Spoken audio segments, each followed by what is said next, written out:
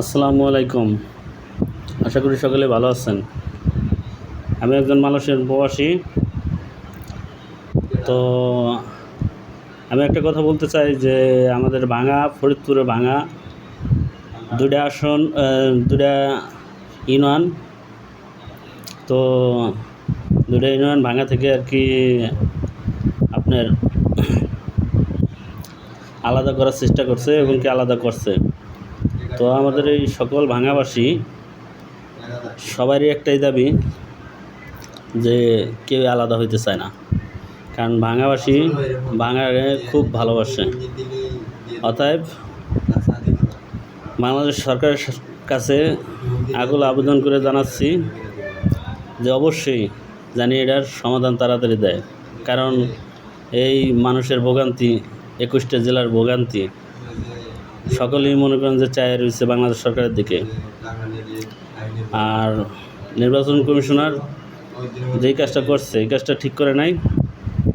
তার উচিত ছিল যে আলগি এবং আমিরদি এই দুই ইউনিয়নের লোক কি তারা এই ভাঙা ছেড়ে কি যাবে কি না।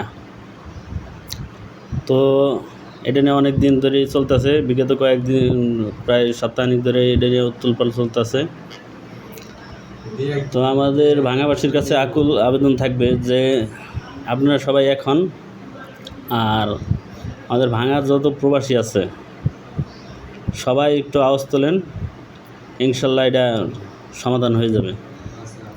আর যদি আপনারা কি আওয়াজ না তোলেন ভাই, তাহলে এটা সমাধান হওয়ার সম্ভাবনা নাই। ঠিক আছে, যেহেতু একবার কাইটে নিয়ে গেছে।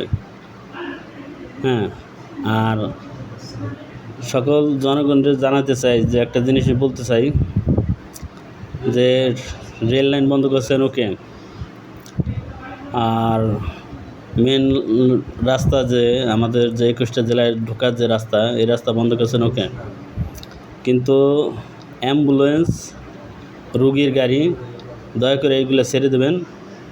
আর আমাদের গ্রাম্য যে গাড়িগুলো আছে এগুলো ছেড়ে দেবেন, কারণ এইগুলা সবাই গ্রামে থেকে, যেরকম এক এক গ্রামের থেকে এক এক এলাকার থেকে লোক আসবে ভাঙায় আন্দোলন করার জন্য।